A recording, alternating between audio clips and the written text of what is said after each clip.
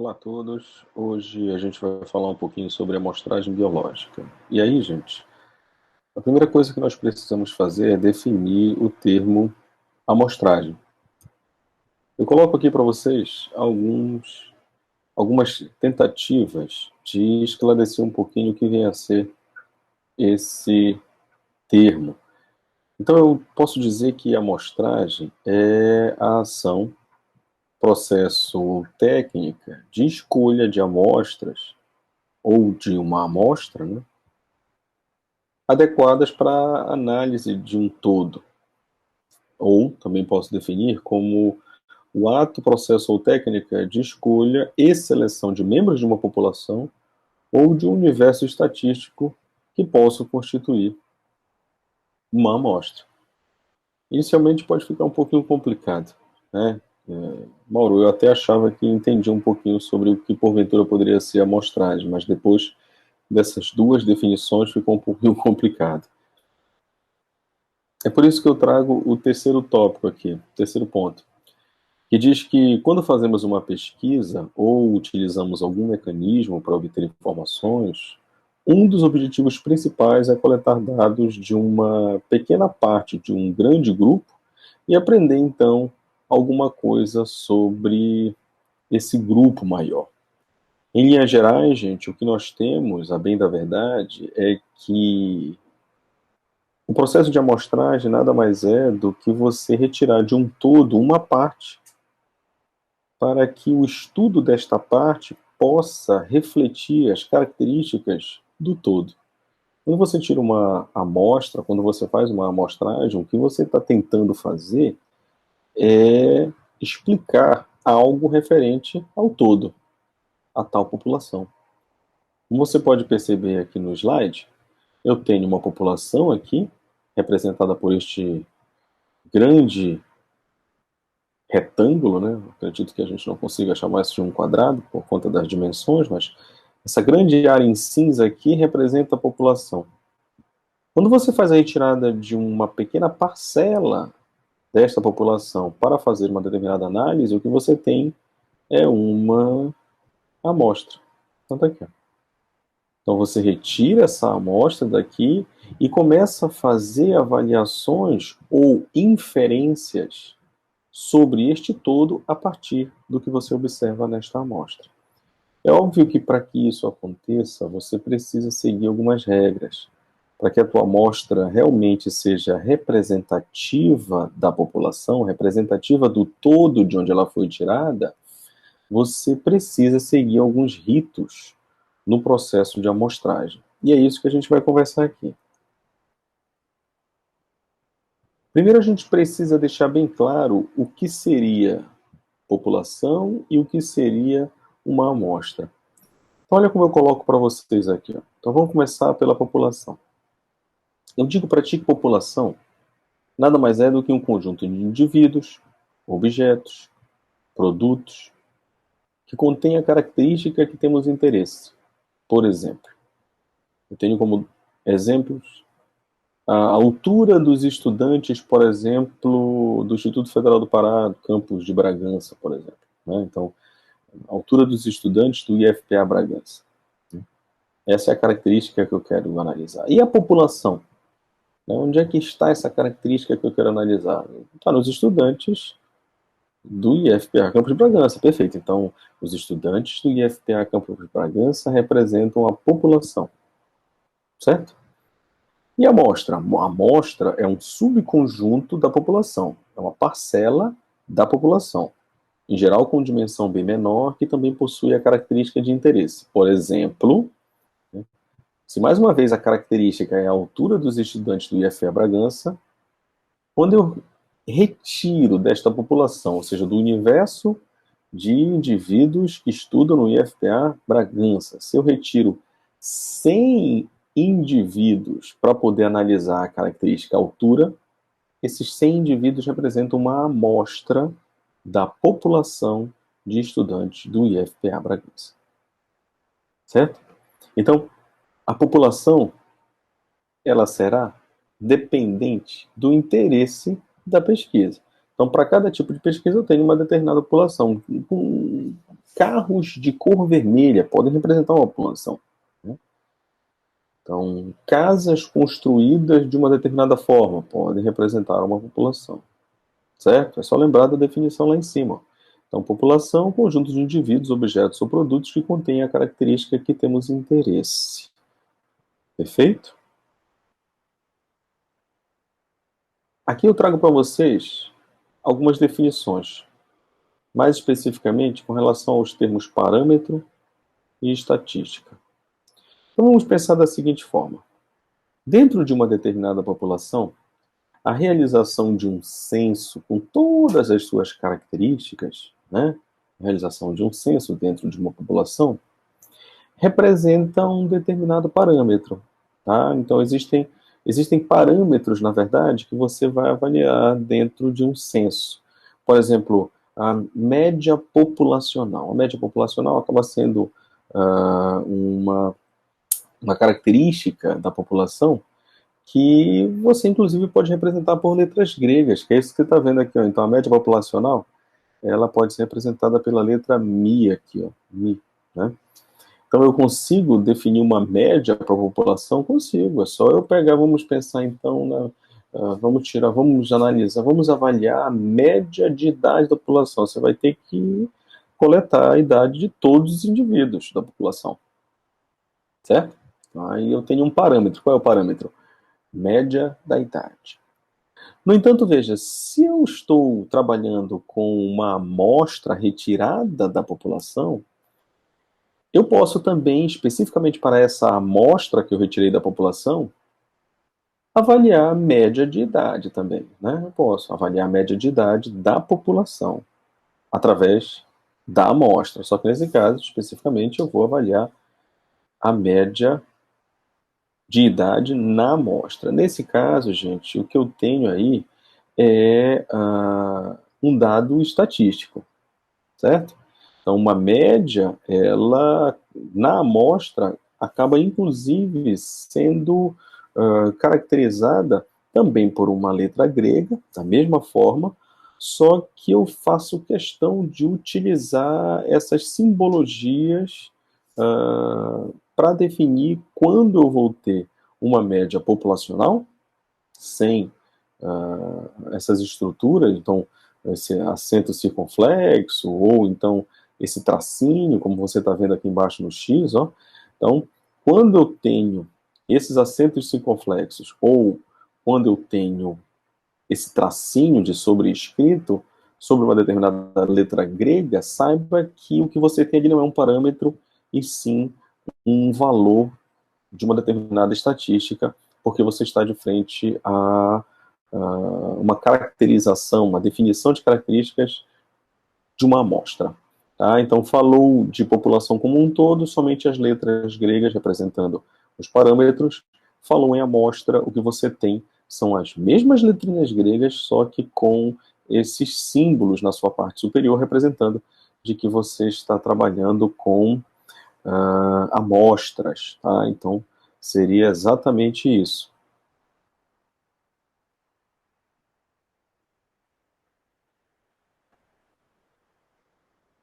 Aqui fica bem fácil de perceber essa situação. Então eu tenho aqui a população representada por todos os alunos de uma única turma, tá?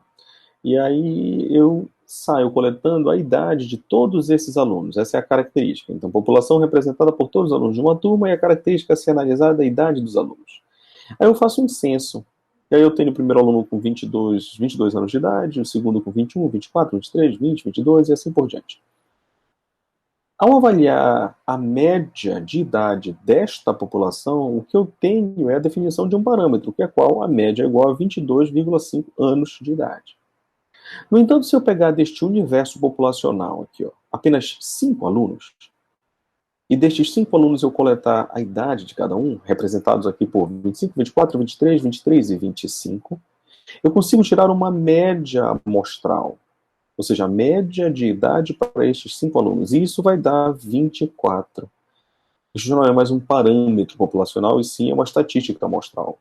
Neste caso, representado aqui por uma letra, que mais uma vez também pode ser uma letra grega, só que com o sinalzinho na parte de cima, um tracinho aqui na parte de cima, representando que isso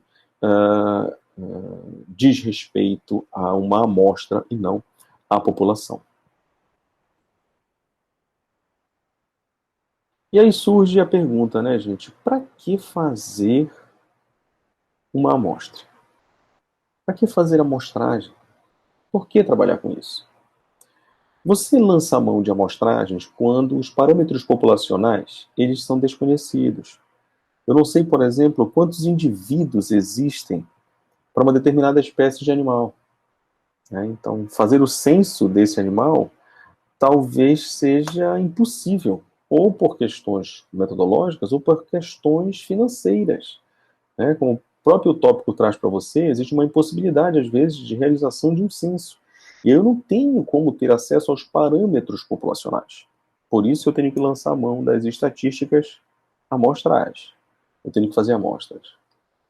Geralmente, a realização de amostragens, ela traz consigo um contexto de um custo diminuído e uma agilidade maior. Então, a execução de amostragens, ela é um procedimento mais barato e geralmente mais rápido. É preciso que fique claro de que não existe nenhuma técnica estatística capaz de salvar uma amostra mal coletada, tá, gente? Aqui a gente vai conversar um pouquinho sobre alguns princípios necessários para você definir um procedimento de amostragem correto. No entanto, a realização realmente da melhor escolha está diretamente relacionada com o grau de intimidade que você tem com o trabalho que está fazendo. Pessoas, por exemplo, que têm uma facilidade, ou na verdade que já trabalham há muito tempo com dados quantitativos, talvez não sejam as melhores para uma amostragem de dados qualitativos. Então, esse é só um exemplo. O esperado é que realmente você tenha experiência com o trabalho ou com a área ou tema que você trabalha para que a definição das melhores metodologias de amostragem sejam postas em prática. Do contrário, existem grandes chances de você realizar uma amostragem errada. Então, a coleta de uma amostra mal sucedida. E aí, eu reforço, não existe nenhuma técnica estatística, nenhum tratamento estatístico, nenhum cálculo estatístico capaz de salvar uma amostra mal coletada. O contrário, ele existe. O contrário, ele existe. Quando da utilização de uma análise estatística errada, às vezes você consegue, ao substituir a análise estatística, obter resultados, salvar o trabalho, né? No entanto, quando o erro não é a escolha do teste estatístico ou da abordagem estatística, e sim quando o erro está na coleta dos dados, não tem jeito. Dados mal coletados não são salvos por nenhuma técnica estatística. E aí, em geral, uma amostra, ela pode ser, né? Na verdade, não é que ela pode ser, tá, gente? Ela precisa ser um subconjunto representativo da população. Mas por que um subconjunto representativo da população? Gente, se você faz a coleta de uma parcela da população para tentar falar sobre essa população, é preciso que essa parcela que você coletou, essa amostra, esse pedaço da população, seja representativo. Ou seja, se eu conseguir identificar valores estatísticos para determinadas características na amostra, é preciso que esses valores sejam reflexo do que acontece na população. Senão, do contrário, eu não tenho por que estar utilizando aquela amostra. Aquela amostra foi coletada de maneira inadequada. Esse é o principal objetivo de uma amostragem, é fazer com que a amostra seja o mais representativo possível, ou seja, ela seja a mais representativa possível da população de origem. E outra, ela precisa ser aleatória, tá, gente? De alguma forma, você vai precisar que a tua amostra seja aleatória. Então, a amostragem aleatória, realmente, ela é que acaba trazendo para você maior robustez no que diz respeito à tentativa de fazer com que essa amostra se aproxime da realidade da sua população, da população de onde ela foi retirada. E aí existem diversas maneiras para se realizar uma amostragem em uma população. E isso diz respeito a um ramo, um, um tema dentro da estatística que nós chamamos de teoria da amostragem. Né? E dentro dessa teoria da amostragem, seguindo essa linha definida pela teoria da amostragem, é que nós podemos dizer que existem amostragens probabilísticas e amostragens não probabilísticas. Se nós pudéssemos defini-las em conceito, seria isso aqui. A amostragem probabilística, aqui em cima, ó, é aquela em que todos os elementos da população têm probabilidade conhecida, diferente de zero, de ser incluídos na amostra, o que garante a representatividade da amostra em relação à população. E aí essa amostragem probabilística, ela pode ser aleatória, sistemática, estratificada por conglomerado, existem vários tipos de amostragens probabilísticas. Então, quando eu pego uma caixa cheia de bolinhas de cor branca, cada uma com um determinado número, ou seja, eu posso muito bem estar fazendo alusão a um bingo, né? Então, quando você tem aquelas bolinhas dentro do globo ali, né? Então, aquele globo frequentemente girando, misturando aquelas bolinhas, ao se retirar uma bolinha dali, você está executando um evento probabilístico, né? Ou seja, todas as bolinhas que estão ali dentro possuem a mesma probabilidade de serem retiradas.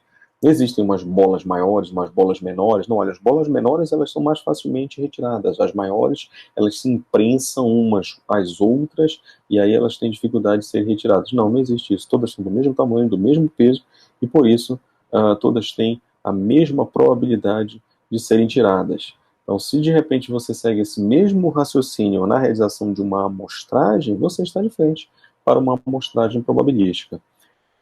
Já as amostragens não probabilísticas, elas são caracterizadas da seguinte forma. Então, quando a escolha dos elementos da amostra, ela é feita de forma não aleatória.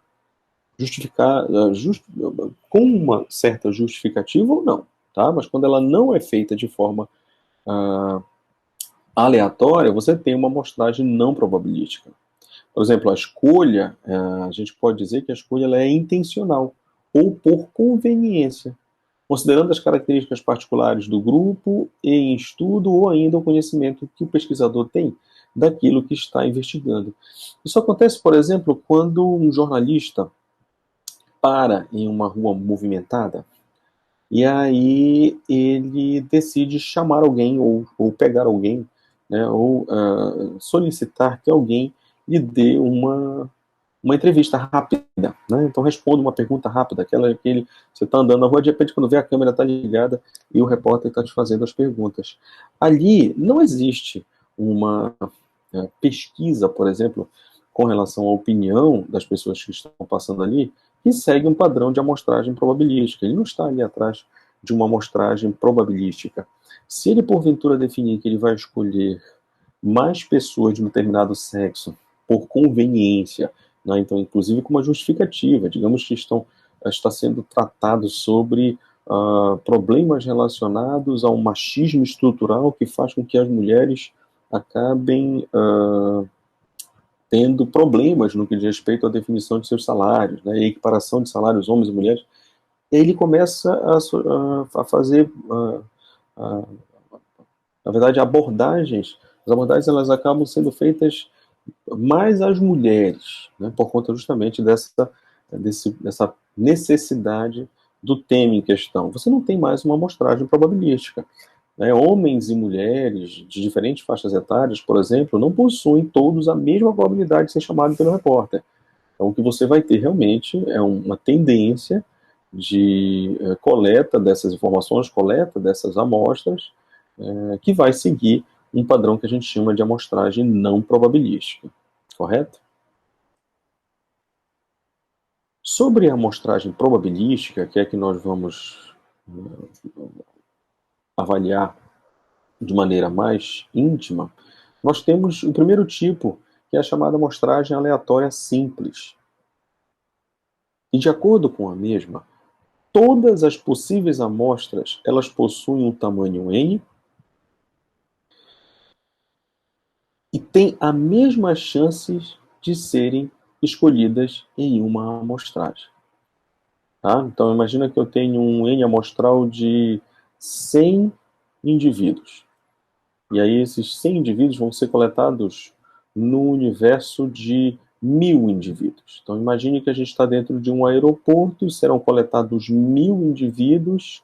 E para definição disso, nós vamos apenas definir como padrão de coleta os primeiros 5 indivíduos que passarem pelo detetor de metais. Perceba que a gente não está definindo sexo, idade, altura, cor da pele, nada, nada, nada, nada, nada. Vão passar 5 indivíduos ali e esses 5 indivíduos vão ser tratados como amostras. Então, são amostras aleatórias, né, obtidas de forma simples. Vai até completar um N igual a 100, por exemplo. Na verdade, nós não pegaríamos os 5 indivíduos. Poderíamos pegar todos, na verdade. Né? Todos os indivíduos poderiam ser pegos e aí nós trabalharíamos desta forma. Entende? Seria mais ou menos isso. Todos os indivíduos. Os 5 indivíduos talvez não. Né? Imagine, precisamos coletar dados sobre 100 indivíduos em um aeroporto. Estes 100 indivíduos eles vão ser coletados de forma aleatória, simples, né? E até nós atingirmos um N igual a 100. Pronto, acabou-se. Então temos aí essa amostragem probabilística do tipo aleatória simples. Tá? Aqui eu tenho outros exemplos. Olha, então eu tenho selecionar 10 estudantes de uma sala por sorteio e perguntar a idade. Isso aqui é uma amostragem aleatória simples. Né? A sala de repente possui 40 alunos. Eu seleciono 10 e pergunto para eles a idade deles. Parte do princípio que todos os 40 alunos tinham a mesma probabilidade de serem selecionados, mas eu selecionei apenas 10. Uma outra possibilidade seria gerar uma amostra aleatória de 1.000 números de matrícula de estudantes de uma determinada universidade e perguntar a idade destes. Então, você pega de forma aleatória, dentro de uma universidade, pega 1.000 números de matrículas e pergunta a idade deles. Você tem uma amostragem probabilística aleatória simples ali, rápida. Aqui algumas características que eu trago para deixar bem claro quais seriam os principais aspectos da amostragem aleatória simples. Então, primeiro é o método mais simples para selecionarmos uma amostra probabilística em uma população. Além disso, ela serve de base para outros procedimentos amostrais, né? Planejamento de experimentos, estudos observacionais, né? Prospecção, né? Muito utilizado também para prospecção. É um clássico do processo de amostragem, né? Amostragem aleatória simples. E, por último, utilizando-se um procedimento aleatório, você sorteia um elemento da população e aí você repete esse procedimento até que seja sorteado o número de indivíduos que você quer ter na sua amostra. E assim você consegue definir um padrão de amostragem. Existem duas situações que podem ser observadas em uma amostragem aleatória simples, tá, gente? Imagina que eu tenho 1.000 indivíduos, e aí eu quero coletar, dentro dessa população de 1.000 indivíduos, eu quero coletar uma amostra de 100 indivíduos. Só que eu quero que todos os indivíduos, né, tenham a possibilidade de serem amostrados, mas óbvio que, uma vez coletado o indivíduo, eu preciso que ele saia de dentro daquela população. Porque senão eu trabalho com a possibilidade de coletar 2 vezes o mesmo indivíduo. Mas eu não estou entendendo. O que eu estou querendo dizer para vocês é que a amostragem aleatória simples, ela pode ser com reposição ou sem reposição. Com reposição, significa dizer que o mesmo elemento da população pode ser amostrado mais de uma vez. Certo? É o que a gente diz que a probabilidade de seleção, ela acaba por não se alterar, ela não se altera. Porque você sempre vai ter a possibilidade de obter aquela amostra de novo, né? Dentro do processo de amostragem, você acaba sempre tendo a oportunidade de ter aquela amostra. E sem reposição, ocorre quando cada elemento da população é amostrado uma única vez. Eu faço uma amostragem de uma determinada ave no universo populacional que a mesma tem, eu coloco uma anilha no pé dessa ave e ela não será mais amostrada. Mas, Maurício, se eu coletar lá na frente de novo essa ave, ela vai estar com uma anilha, você vai soltar ela não entra na tua contagem. Aí vai atrás de outra, e assim por diante. Isso quando você não quer ter reposição. Com reposição, que é uma abordagem que existe para alguns casos específicos, um indivíduo pode ser amostrado mais de uma vez, né? Existe essa possibilidade. Então, a aleatória simples, eu particularmente a que mais utilizo é a sem reposição, né? Coleto um dado, obtenho as definições, as características necessárias para aquele determinado dado, e ele não mais é amostrado, né? Obviamente que em biologia, ou você não amostra mais porque não é interessante, como é o caso desses levantamentos, por exemplo, de amostragens ou amostragens biológicas que são feitas com aves, onde você coloca uma anilha na ave e automaticamente ela não entrará mais na conta caso seja coletado de novo, ou porque em algumas situações você precisa sacrificar o animal para obter características relacionadas a um determinado composto ou característica fisiológica do mesmo, né? Então, extração de DNA, às vezes, você consegue através de penas, através de pelos, né? Coleta de sangue, mas, de vez por outra, você acaba precisando realmente sacrificar o animal ou aquele organismo que você está analisando. E aí não tem como você trabalhar com uma aleatória simples com reposição, neste caso, onde o animal acaba sendo sacrificado por necessidades experimentais. E aí eu coloco para vocês assim, ó, de que na prática, em populações infinitas, a reposição ela acaba não sendo relevante, né? É, não faz diferença se você vai trabalhar com reposição ou não, quando a população é muito grande.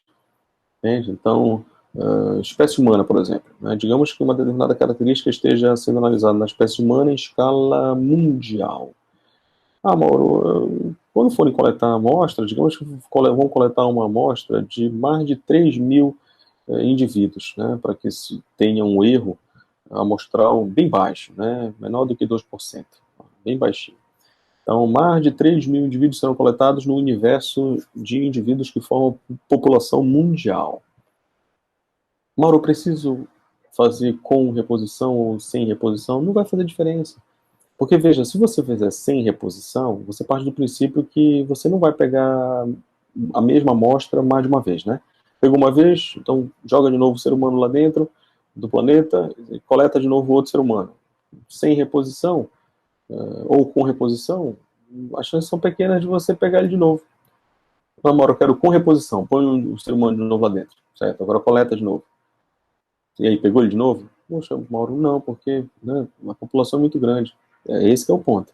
Então, populações muito grandes, as chamadas populações infinitas, né, por exemplo, teoricamente infinitas, não faz diferença se você faz aleatório simples com reposição ou sem reposição. Entende? Que as chances de você pegar duas vezes o mesmo indivíduo são muito pequenas, quando as populações são muito grandes. Certo?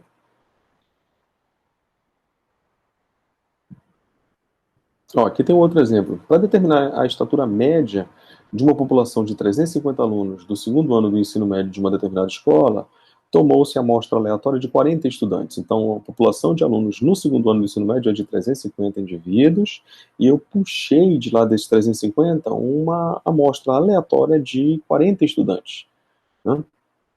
E, obviamente, precedida da listagem numérica de todos os discentes desse, desse universo. E é isso que você tem aqui, ó. Então, eu tenho bem aqui os valores aleatórios obtidos para todos esses alunos, tá? Então, tá aqui, ó. Todos, todos os 40 no universo de 300 e 350. Estão todos aqui, ó. Né?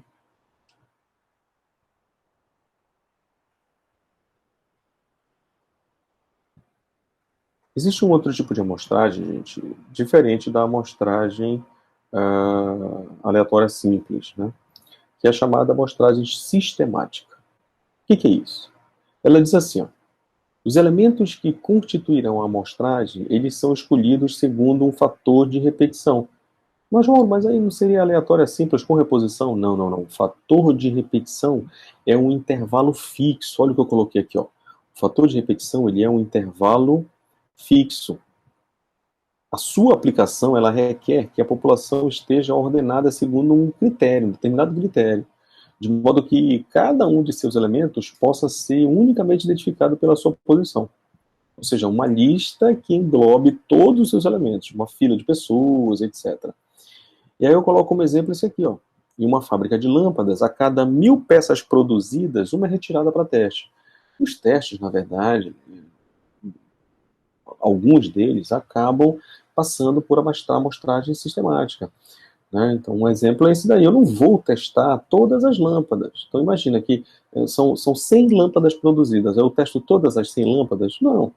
O próprio exemplo está dizendo, a cada 100 peças produzidas, uma você tira para testar. Né? E assim você define um padrão de qualidade, a partir de uma amostragem probabilística sistemática. Barreiras, por exemplo, da polícia rodoviária, vez por outra, quando não existe uma determinada pré-definição do que se precisa amostrar, então, digamos que eles estão atrás, por exemplo, de fazer uma amostragem dos carros que porventura estejam com IPVA vencido. Não será uma amostragem probabilística, será uma amostragem não probabilística, porque eles vão em cima certinho daqueles cuja placa já apresenta-se próxima do vencimento. Então, aí não é uma amostragem onde todos os indivíduos têm a mesma chance de ser parado pelo policial. Mas uma amostragem probabilística sistemática, ela acaba fazendo com que ocorra uma amostragem do tipo probabilístico, onde todos os indivíduos têm a mesma chance de ser coletado, mas por ser sistemática, o policial pode definir quando que essa possibilidade de todos serem parados acontece. Digamos que a cada 20 carros. A cada 20 carros que passam na barreira, um é parado. Ah, Mauro, mas como é que você pode dizer que todos têm a mesma chance de ser parados? Sim, todos têm a mesma chance de ser parado. Basta você ser o 20º carro. Ah, mas aí o carro que estava na frente não tinha a mesma chance. Se de repente ele estivesse na posição de número 20, ele seria parado, sim. Né? Um outro carro, de repente, de forma aleatória, passou à frente dele, ele caiu do 19º para o 20º, e aí sim seria parado. Então, sim, todos têm a mesma chance de ser parados. Então, continua sendo uma amostragem probabilística. Só que nesse caso ela é sistemática, porque existe um intervalo fixo para a coleta da amostra. E nesse caso é a cada 20 carros que passam na barreira. Ou, como o exemplo que eu coloquei para vocês, numa fábrica de lâmpadas, a cada 100 peças produzidas, uma vai ser retirada para ser feita em teste. Existe um outro tipo de amostragem, gente, que é a chamada amostragem estratificada. E aí ela acontece quando a população está dividida em estratos, né? A amostragem, ela também será estratificada de tal modo que o tamanho dos estratos na amostra seja proporcional ao tamanho dos estratos correspondentes da população. A própria população ela é estratificada. A amostragem estratificada, ela acaba partindo de uma população que já é estratificada. Por exemplo, olha o que eu coloco para vocês aqui. Uma comunidade universitária com 8.000 indivíduos está estratificada da seguinte forma. Uma comunidade universitária. Então, digamos que a população de indivíduos que formam a academia, né, a população de indivíduos dentro de uma universidade, possui os seguintes estratos. Eu tenho professores, eu tenho funcionários e tenho estudantes. Como é que eu faço uma amostragem estratificada neste caso? Bom, primeiro eu preciso que você lembre que ela será estratificada porque ela possui estratos, ela possui grupos. Né? A população é formada por 800 professores, 1.200 funcionários e 6.000 estudantes. Esses são os estratos. Se nós definirmos que a amostragem será constituída de 10% de indivíduos que fazem parte da comunidade universitária, eu tenho 10% de professores, eu tenho 10% de funcionários, eu tenho 10% de estudantes. E aí a minha amostra vai ser constituída por esses 3 estratos. Essa aqui é a minha amostra. Essa é uma amostragem estratificada. Certo? Existe um outro tipo de amostragem, que é a chamada amostragem por conglomerados, que consiste em subdividir a população que se vai investigar em grupos fisicamente próximos, independentemente deles serem homogêneos ou não. Você cria uns clusters, né, uns grupos, os conglomerados. Esses tais conglomerados, eles são agregados aos elementos populacionais com um estreito contato físico. Eu tenho pessoas que moram em grupos de casa semelhantes, pessoas que moram no mesmo quarteirão, pessoas que moram no mesmo bairro, né, pessoas que moram na mesma cidade, região, aldeias e assim por diante. Né? Então aqui eu tenho um exemplo. Então, uma campanha aérea, ela decide entrevistar, por exemplo, seus clientes em um determinado dia. Então, eles acabam por selecionar de forma aleatória 555 voos desse dia e entrevistam todos os passageiros dos voos selecionados. Eles criaram um conglomerado, que nesse caso representam os 555 voos de um determinado dia. E aí todos os indivíduos ali vão ser amostrados. Né? Como assim? Mas eu tenho 555 voos no outro dia, eu tenho no outro, tenho mais, inclusive mais voos em um outro dia, mas eu escolhi o dia em que eu tinha 555 voos. E aí eu fiz uma entrevista com todos os passageiros destes 555 voos selecionados. Eu fiz uma amostragem por conglomerado. Né? Pode ser que não seja a melhor das amostragens, pode ser que nesse dia, por conta de outros fatores, eu tenha um grupo de pessoas que vai me dar respostas que não atendem, na verdade, o todo das pessoas que viajam na minha companhia. Pode ser que sim, pode ser que sim. Mas isso quem vai avaliar é quem tem experiência para tal. Vai conseguir dizer se realmente existe oscilação ao longo do dia, oscilação ao longo dos meses, com relação às pessoas que viajam dentro de uma determinada companhia aérea.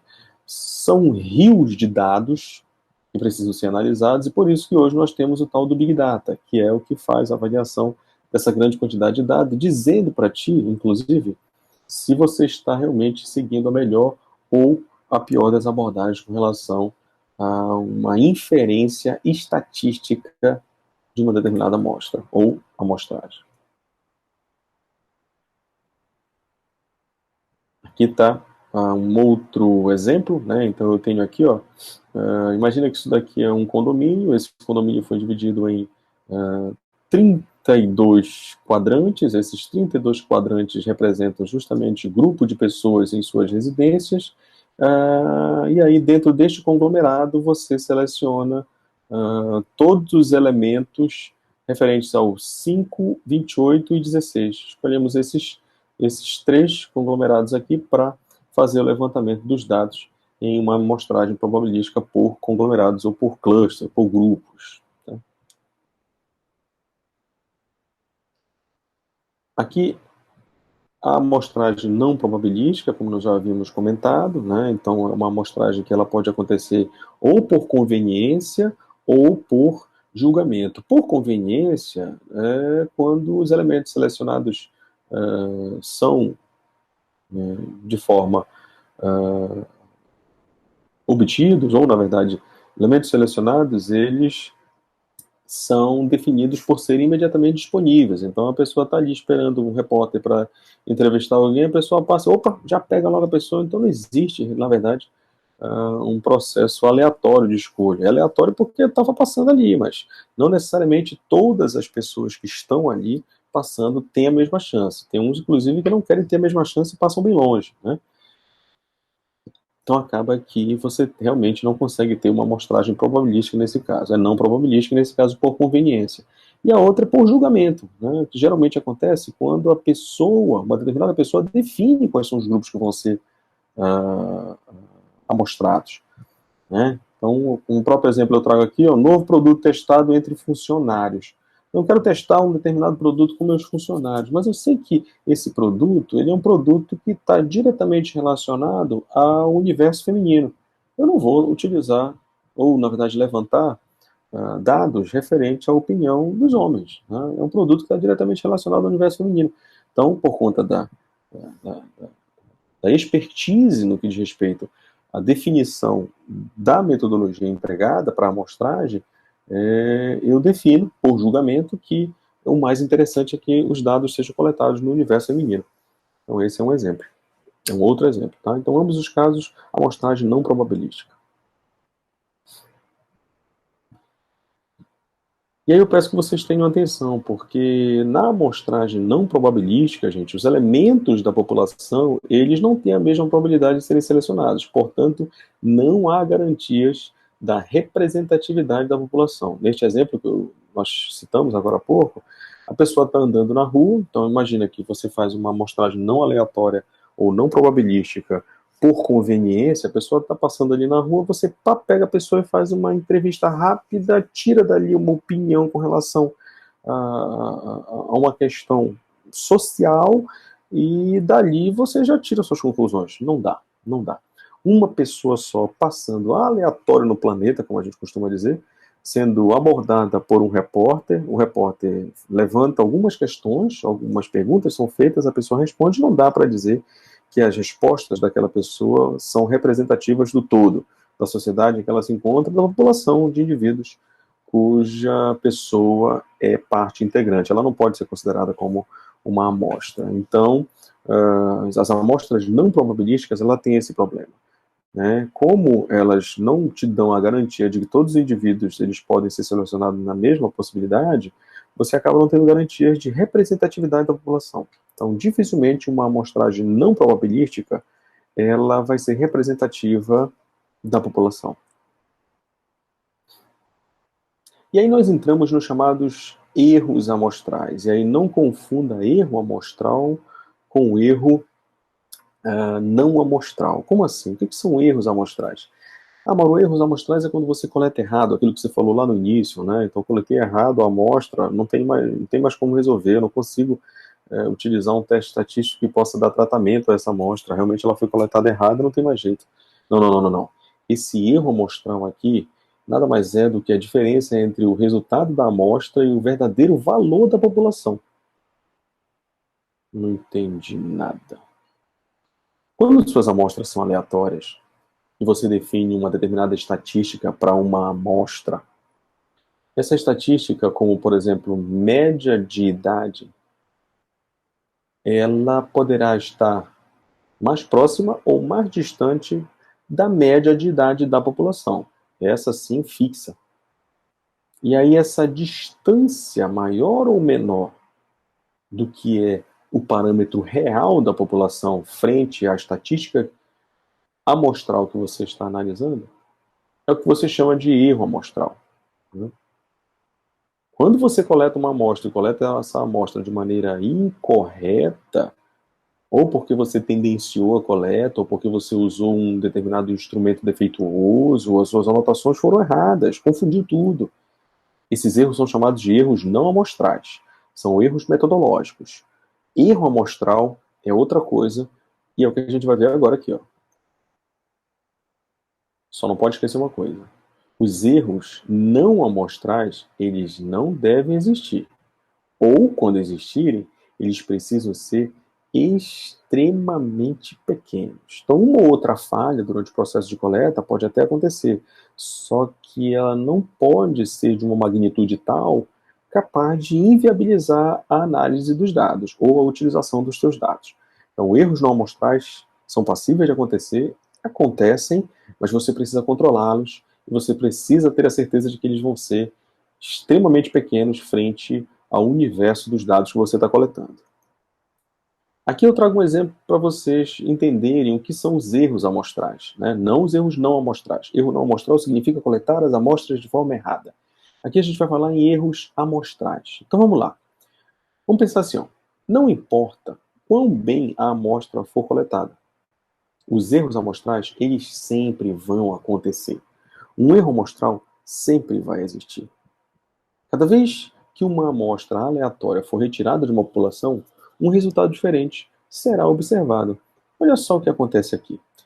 Eu digo para você assim, ó, selecione uma amostra de tamanho n igual a 5 das idades dos estudantes de uma sala. Então, as idades estão todas aqui, tá? Estão todas aqui as idades dos estudantes, 22, 21, 24, 23, 20, todas aqui. E aí eu digo para você o seguinte, tira daqui deste universo 5 idades. Olha o que eu falo aqui, ó. Repita 5 vezes. Então, tire 5 amostras desse universo de idades. Cada amostra, obviamente, contendo 5 idades. E aí eu digo para você tentar ser o mais aleatório possível. Posteriormente a isso, eu digo para você calcular a média de cada amostra e comparar essa média com a média da população. E aí eu já te dou, inclusive, a média da população, a média de idade dessa população. Então, começando aqui no 22, terminando no 20, quando você faz uma média dessas idades aqui, a média da população dá 22 anos e meio. Olha só o que acontece nos 5 grupos amostrais diferentes que você criou. Então, o primeiro aqui tem 23, 23, 23, 24, 23, o segundo 24, 22, 20, 20, 20 e assim por diante. Então, são as 5 amostras que eu pedi para você tirar, cada uma delas com 5 indivíduos, ou melhor, são 5 amostragens, cada uma dessas 5 amostragens com 5 amostras de idades de indivíduos, tá? E aí, bem aqui está a média. Ó, tá vendo esse X com o tracinho em cima? Lembra que o tracinho em cima é alusivo de uma estatística amostral, tá? Se não tivesse o tracinho, seria um parâmetro populacional. Mas parâmetro populacional é o que nós tínhamos agora há pouco. Vou voltar para você ver. Tá aqui, ó. Parâmetro populacional. Mi igual a 22,5. Então, isso aqui é a média de idade da população. E a média de idade das amostragens? Na primeira aqui, eu tive 23,2. Na segunda, 21,2. A terceira me deu 21,4. 22,4 na segunda e 21 de novo. 21,4 na quinta. Então, primeira, segunda, terceira, quarta, quinta amostragem. Aqui está a média amostral de idade para cada uma dessas 5 amostragens que foram feitas. Quando você pega e diminui o erro amostral, aqui, ó. Esse é o erro amostral, tá? Melhor, quando você diminui o erro amostral, não, perdão. Quando você diminui a média da amostra, né? Diminui da média da amostra a média populacional, né? A relação entre a média da amostra e a média populacional é justamente o teu erro amostral. Nesse caso aqui, o erro amostral é de 0,7. O desse aqui é negativo, né? Então, menos 1,3, menos 1,1, menos 0,1, menos 1,1. Essas oscilações aqui estão diretamente relacionadas ao quanto que está variando a média da amostra e a média da população. Porque a média da população, vou voltar lá para a gente ver, ó, é 22,5. E das amostras variou de 21,2 a 23,2, certo? Então, essa variação é o que nós chamamos de média, ou melhor, erro amostral. O erro amostral. Ah, Mauro, mas e como é que eu faço para o erro amostral ficar cada vez menor? Ou seja, um determinado parâmetro populacional seja representado por uma amostra através de suas estatísticas amostrais o mais real possível, quando você define de maneira correta o seu tamanho amostral. Então, quando eu digo, quando as perguntas são feitas aí embaixo, ou seja, o que isso nos diz a respeito das médias amostrais? O que isso nos diz a respeito das médias amostrais é que quantas vezes você coletar, quantas vezes você fizer uma amostragem, tantas vezes serão as observações dos erros amostrais. As médias amostrais, elas vão ficar oscilando. Às vezes um pouco mais distantes da média populacional, às vezes um pouco mais próximas do valor de média populacional, mas sempre vão oscilar.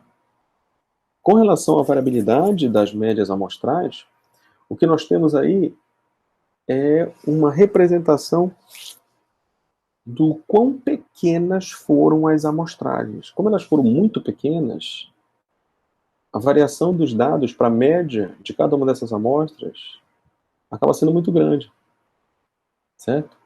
Se nós tivéssemos amostras grandes da população, aí você teria uma variabilidade bem menor das médias amostrais. Mas aí, como é que eu faço para calcular esse tamanho definido para uma determinada amostragem? Qual é o número de indivíduos que eu tenho que ter dentro da minha amostra para que ela seja representativa do todo da população? Bom, isso aí a gente vai conversar em um outro momento, quando falarmos em definição dos tamanhos amostrais. Perfeito? No mais, eu espero que vocês tenham entendido e qualquer que seja a dúvida, é só entrar em contato e aí a gente tenta resolver, certo? Espero ter contribuído um pouquinho mais com o conhecimento de vocês, especificamente com relação a esse tema, e a gente se vê em uma outra oportunidade. Fiquem bem e até a próxima.